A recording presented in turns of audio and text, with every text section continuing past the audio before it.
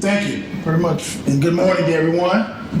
It's really my pleasure to be here. I want to add my thanks and gratitude to Joe and his team for putting this together. I've been absolutely incredibly impressed with both the content and the caliber of the folks who brought their intelligence to this. I come at this from a different perspective. I'm not an educator by profession. I take that back. I have stopped doing adjunct teaching, so I guess I can't start calling myself an educator, but that's not the basis of my background. But this idea of learning, and particularly how learning can be affected, improved by the use of technology, has been a pet peeve of mine since before I graduated from college, and I've been kind of walking along with it. It's woven itself into my path on many occasions, and so I'm very excited to be able to share with you today some of the thoughts and attitudes and things I've come up with. But first, we got to own up to a reality that the use of computer technology in education has a black eye, and I'm going to admit it's probably well deserved. Because there have been many challenges, incredible challenges. It was sold as a silver bullet that would solve a host of problems. Many problems affecting performance in education have spread the socioeconomic spectrum. So just putting a device in the hands of a student with nothing else is not going to solve any of those problems, but that's how many administrators and decision makers were positioned to go and invest in technology. And then many of the platforms that was presented through were less than ideal. They didn't put filters early on, a lot of them, so these kids were smart. They figured out real quick, man, how to get around doing lessons and go. This is probably before it's Facebook, but they had other things they did. But probably the most devastating issue is this inequity in access, and we'll talk about that a little bit further in a moment. And then it didn't train the administrators and the teachers how to effectively implement it. So many. If you talk to a lot of teachers, particularly ones on first waves of putting technology in classroom, you want to find a really angry person, talk to them about their experience, teachers' experiences, and trying to figure out how to comply with the pressure they were getting from their administrators to use this technology. They had no real training or ability to figure out how to implement it into their plans. So it failed in a lot of instances from the inside out. And then an issue that I've been more closely associated with is that many of the schools are budget constrained, but they were inundated particularly when money started put towards technology. They were inundated by these big technology companies that, man, have I got a deal for you? I got blinking lights and flashing and sounds that you do not know or what they will do. And they put these boxes in poor infrastructure. I remember I worked at FAMU when I first came into law school, man, and Dr. Cleary IV, bless her heart, she was trying to put in a state-of-the-art network. She got money from Title III, and we had to go up in the rafters to figure out how to put Dr. Ziegler knows. She knows exactly what I'm talking about. We had to figure out how to put the right wiring in the walls to ensure that these things would work right.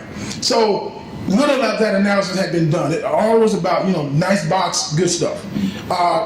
And when you've read about the attempts in the last couple of years to do online assessment testing, you know what happened with that? It crashed.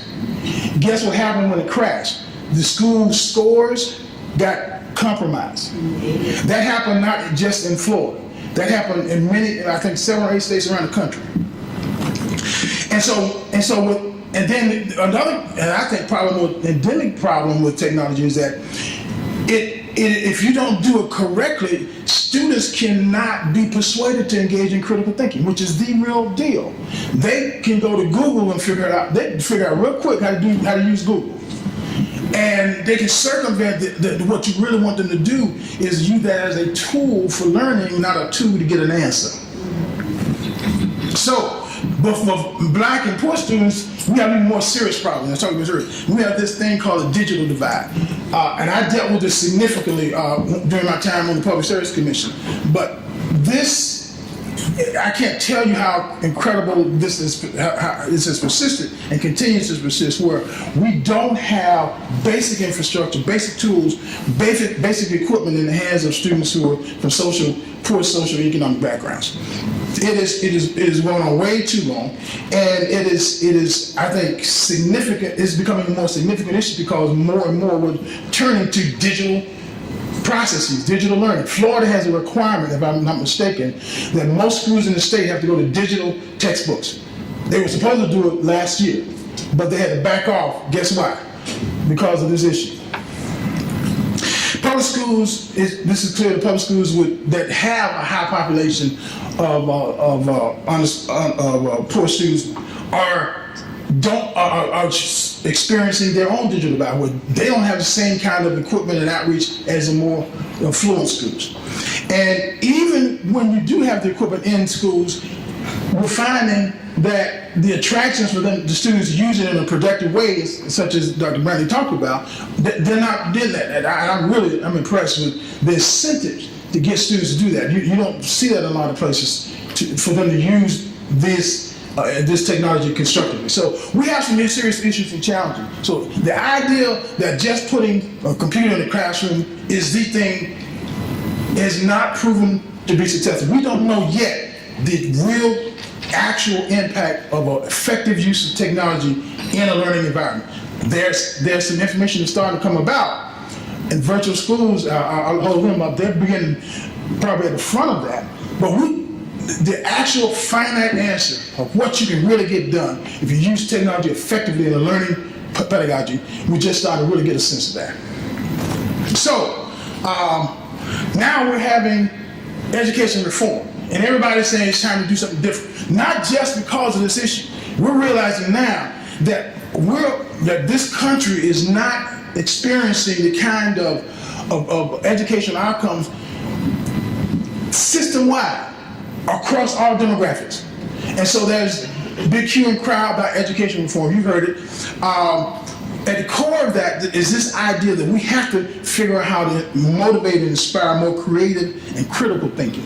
How do we incent students to engage and want to engage in this learning process? And so what we're seeing now is this new wave of discussions about, as Dr. Webster mentioned earlier, pedagogy. What can we do to retweak the education and learning process to motivate more effective learning? I'm not an educator, so I can't dig deep into this very much at all.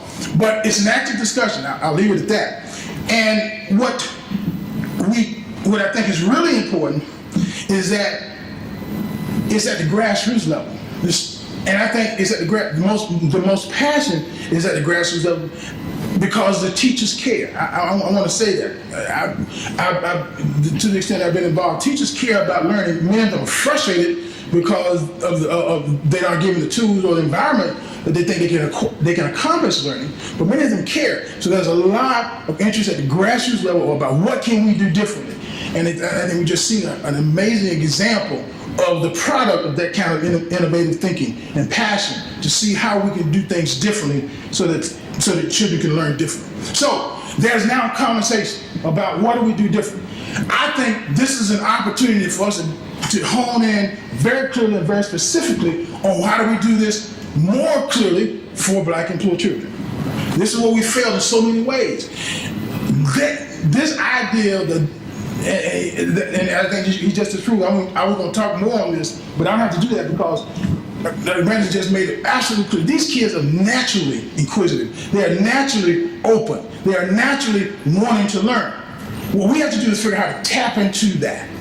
And I believe with regard to African American students in this country, we have done a horrible job with that. Not total failure, because we have some amazing success stories, but over the whole, we've not done a good job. And what the research has shown, and again, I'm stepping outside of my lane a little bit, but the research is clear that there are effective techniques. There are effective pedagogies that will motivate African American students to learn. So, how do we get them? How do we make them work? So, I'm here today to say, I believe this is an effective way to have a conversation about the use of technology in learning. Just putting a tablet in the hands of a student, okay, they may get some factor out of that. But I don't know if this is urban myth or not, but I heard this one story that some very well-meaning private citizens thought he would want to do that. So he went out and bought a couple of boxes of tablets and showed them up at this local school. These kids broke into that box, tore into these tablets, opened them all up, and they hit the wireless access point in that school and blew it out because it wasn't ready for them. And so just doing that is not going to be effective enough. Now, so what we want to begin to move this conversation to say is that there are some bright lines of how we can be effective in getting and moving a learning process along with minority students. We know that there is the Western culture and the non-Western culture. And we know that their reference points, their buy-in points to us understanding the world around them are different. This is not bad. People want to make, I'm particularly sensitive to number 4 on the list. People want to make it appear that because non-Western cultures think time relative, that we are somehow lazy or backwards. That in a time-conscious society, that may have a reflection on your sensitivity to other people, doesn't necessarily make you bad. But there are different perspectives in how we approach our world, how we gain a grasp of what's happening around us. And we have to acknowledge that. And guess what? We have to acknowledge it more clearly now because we're one of the most diverse countries ever. We now are faced with a crisis that if we don't figure out how to deal with this difference in reference points, we're going to become, I'll take that back. I could have said that this time last year. We are one of the most divided societies that you'll ever find. We don't figure out how to build bridges and figure out how to make common reference points to our environment, to our world. We're going to continue to go down this stupid, and I'll call it that, this stupid social discussion about how much of a difference I am to you. Or this lady walks up to somebody in the grocery store and downgrades the guy because he's using food stamps. I don't know why, but my point is this. There was no meaningful discussion at all to understand what this guy's reference points was, or what was there, what was causing that. So we have to figure out how to begin to teach and experience things in different ways, but with common understandings. And Florida is going to be ground zero of this. And I'm suggesting to you that this discussion is incredibly relevant, incredibly timely, and very critical for us to come up with some solutions. And I'm also suggesting to you that I believe that technology can be and probably should be one of the key elements of that. However, when I say that, it cannot be and it must not be the critical point, because we have to address those cultural challenges, those cultural differences. And this was totally by accident. I did not know that our speaker this evening was the leader in thinking on this. I looked at the thing yesterday and said, wow, that name seems familiar. And then it dawned on me that I had ran across the name. But there is this emerging idea that you can tailor pedagogy that empowers students to maintain their cultural integrity and still be academically proficient. I think I don't need to speak much more on that because I think we just saw an incredible example of that. That, in fact, the idea of embracing your culture, embracing your background, embracing who you are can be a tool to helping you learn. And so this idea is becoming very central to our thinking. Our speaker this evening is one of the leading proponents of it. It is grounded in the idea that teachers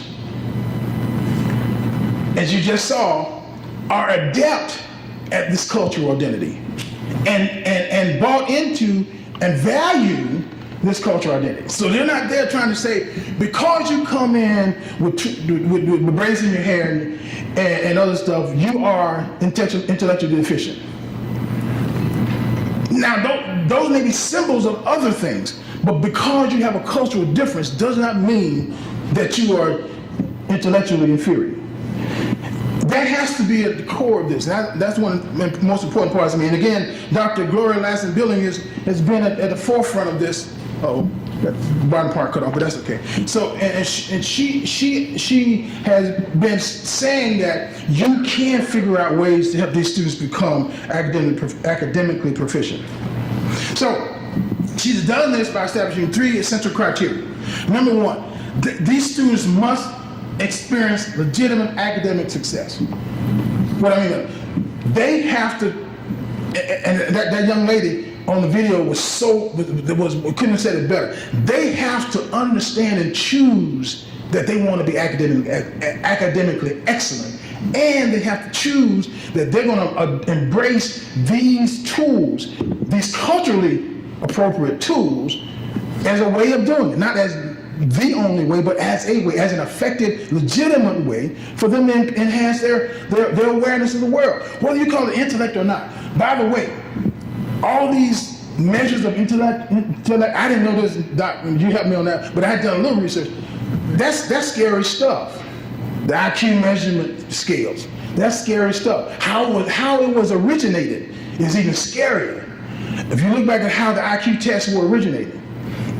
So this idea of how you fall on an IQ test scale, now, I may look at it for a minute, but that's about all the time I want to give it. I'm interested in the willingness, the passion, the desire to learn, and the ability to master. We'll talk more about that later. Students must develop and maintain a cultural competence. In this instance, students must see that their culture is a vehicle to learn. The idea that these students can look at Warwick Dunn, who was one of my all-time favorite people. Quick story, I'll never forget this. Somehow, through Pam, I met him, and we struck up. He may not remember me today, but I had a business meeting in Miami the year of the national championship in '93, and our business meeting happened to be at the Orange Bowl, and they were downstairs doing press conferences. So we stayed in that meeting about 5 minutes, and so I went down, and I walked up to Warwick because we kind of had conversations before. And he's been interviewed by, I can't remember the guy's name. He's like a national correspondent. And this guy was asking him about his mother. His questions were, did your mother play sports? How good was she? And I thought to myself, don't you know what happened to this guy's mother? And he did. But this guy answered the question. He didn't get upset. And then after the guy left, one of the ways that we bonded, I'm the oldest of a big family, and I was kind of like the parent in the family. So we would talk about how much concern he had for his siblings. He wanted them to come to the game, and his biggest concern there in the middle of the press conference for the for the national championship, was that he couldn't figure out a way to get his siblings to come to the game. And he offered me his tickets because he couldn't, which blew me away, but that was another story. The students then must develop critical thinking, and again, you saw that. They must analyze and critique their environment according to their intelligence that they're gaining through this experience. And that young lady talked about, they talked about how the students critique the movie of Jesse Owens after reading the book. Is a classic example. Classic example of how this process begins to come full circle. Now, the most significant barrier to this process, and I'm sure Dr. Billings can talk more about that, has been the integration of these concepts into this reform process. You would think it would be the perfect opportunity. But my experience, my brief experience, and I'm sure she can talk more about that, is that doesn't seem to be a ready option in this reform movement, that you would see more. What I hear more is what this magic word you said yesterday, Joe, common core. The anti-cultural responsive pedagogy. It seems to be all the rage. So the question becomes, how then do you effectively integrate this process of culturally responsive or culturally relevant pedagogy into education reform? That is the workshop. That's the homework. That's the challenge that we need to face. I'm again arguing that one of the effective tools that we should look at is the effective use of education technology. And we'll talk a little bit more about what that means. What is that effective technology?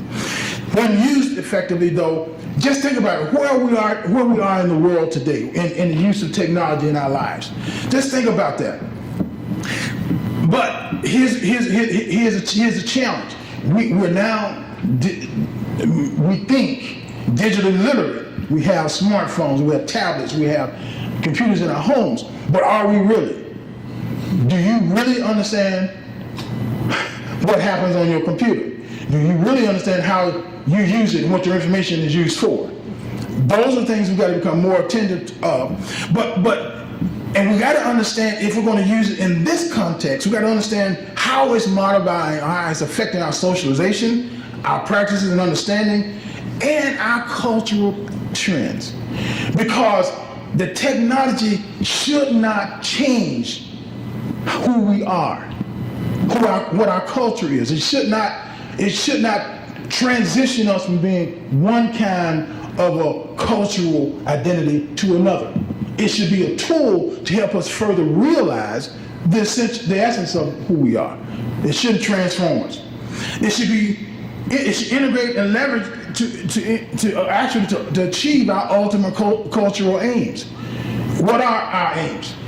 He said a magic word a few minutes ago, the village concept. I'm of the view that, particularly in African American communities, we have thrived under a village approach, a village concept. When I was growing up, that's what it was. Everybody on the street knew who you were and who your parents were, who your grandparents were, and they had free authority to parent you.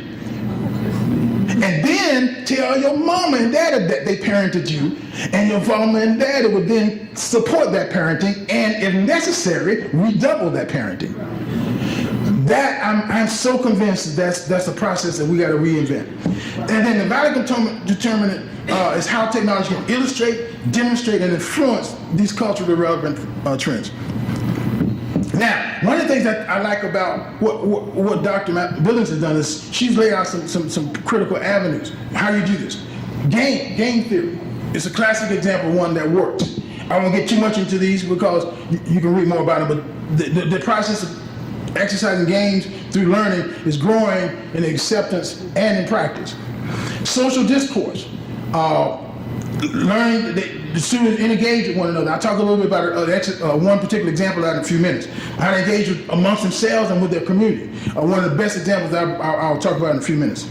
And then storytelling, sort of book reading and storytelling off of that. These are three of the best techniques that you can implement in using technology to support culturally responsive pedagogy. These were, and you're finding more and more, and I got an example at the end of my presentation, hopefully, that I'll show you. So how do we get started on this then?